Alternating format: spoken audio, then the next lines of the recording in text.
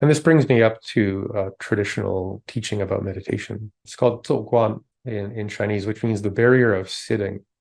So I'm not going to ask for a show of hands because I can't see everyone on the call right now. But if I was to ask for a show of hands, who's ever tried to meditate for months in a row every day for hours? Right? The barrier of sitting is that sitting still is a kind of agony. I'll come back to this in a couple of different ways. But if you ever watch a cat, and cats are kind of famous for just lying in sunbeams and not doing very much, but they'll do a very specific kind of undulating, reaching, stretching called pendiculation about 50 or 60 times a day. Animals need that, or else we become physically stiff and kind of pain in a kind of pain and restricted movement. I mean, if you've ever stayed in bed really long for a bad flu and then you get up, you're like, I feel like a mummy, that all my connective tissue is wrapped up, in some kind of gauze or something. And that's actually what your membranes will do if you're in the same position too long, is they will, using efficiency, try and make your posture solid by making your connective tissue solidly connected layer to layer. So instead of having nice, slippery, happy layers, they're like stuck. It happens a lot when people stick their head out a lot. So when we look at this barrier of sitting, and then we look at the history of Qigong and Daoyin and what's called the I Ching Ching, the muscle tendon change, and a lot of other practices, they're all based on making sure we pandiculate enough throughout the day, and especially before we sit in meditation and sometimes after meditation, to make sure that when we sit, we can sit still and have good core tone and good alignment and awareness of the inner structures of our landscape and body, so that we can succeed at actually being conscious as we move through the discomfort, as the body starts to stiffen up. And that's one of the barriers of sitting. But I want to kind of leapfrog off of that into something that you may or may not have ever heard of. And it's called audience consciousness. So consider for a moment that most of us, well, all of us in some way, are just sitting and watching right now. That's okay. I mean, you could be moving around if you wanted to while you're watching me do my little talk here, but please do. I can't because it'd be distracting, but that barrier of sitting is in itself a challenging thing for meditation. But the biggest challenge for today is we've spent most of our lives being conditioned to sit and watch. You go to school, you sit and watch. You watch your favorite TV show, you sit and watch. You go to a sports game, watching other athletes run around and do cool things as you sit and watch. When our political engagement happens and we listen to the, people who are, well, I'm not going to get into how or why, find themselves on a stage arguing with other people on the stage about how the world should work. Most of us sit and watch. Nowadays, especially with sitting and scrolling, that's kind of our happy place.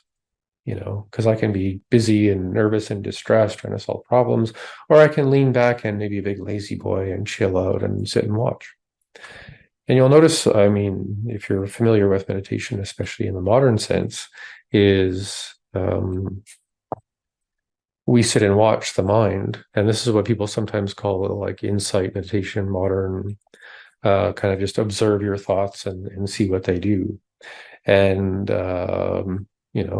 that's kind of cool. But when we're trained to sit and watch, when do we actually lean into the present moment?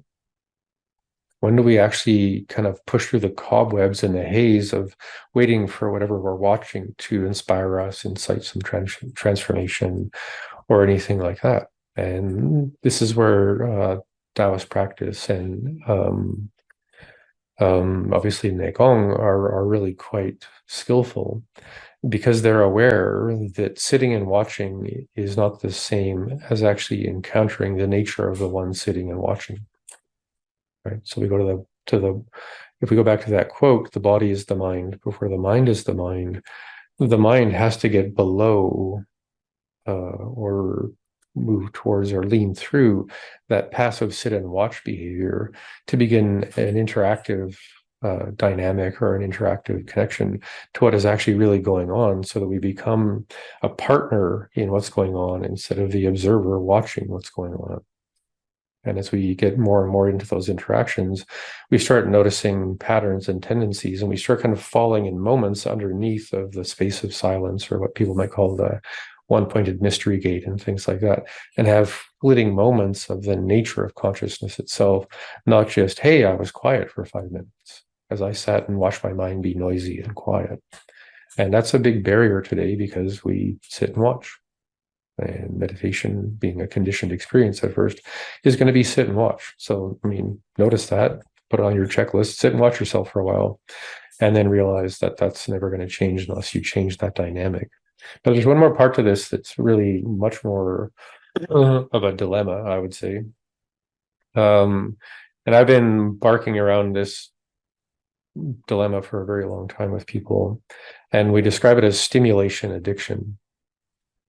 And I think most of us are aware that stimulation addiction is the thing that makes us feel bored if we haven't checked our phone in the last 45 minutes. Or I mean, what happens to people when there's a power outage and there's nothing to sit and watch, right? Or there's nothing you can interact with in sort of the mechanical sense of modern life, because we're now so dysregulated in the sense of cortisol, serotonin, dopamine, insulin, acetylcholine.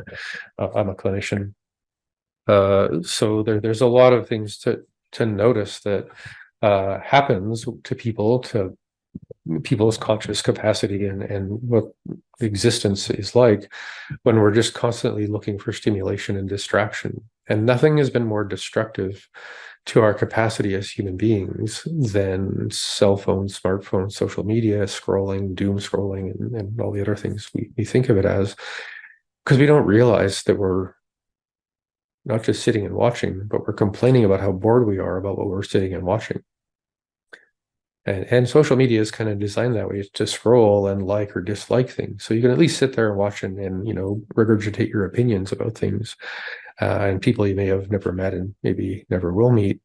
But that's our new conditioned domestication kind of starting point in meditation is you're going to go cuckoo if you spent most of your day on the phone scrolling and clicking likes and dislikes and hoping people click your likes and all the other stuff. So we get more and more stimulation from the outside of ourselves. Now, I'm not saying that was planned, but if it was planned, that's a pretty damn good plan for making people just crave entertainment, stimulation, opinion, choosing sides, being right about something, and having some sense of someone beneath you and your power, which is that fourth world, colonized, domesticated kind of game that human culture has run itself into.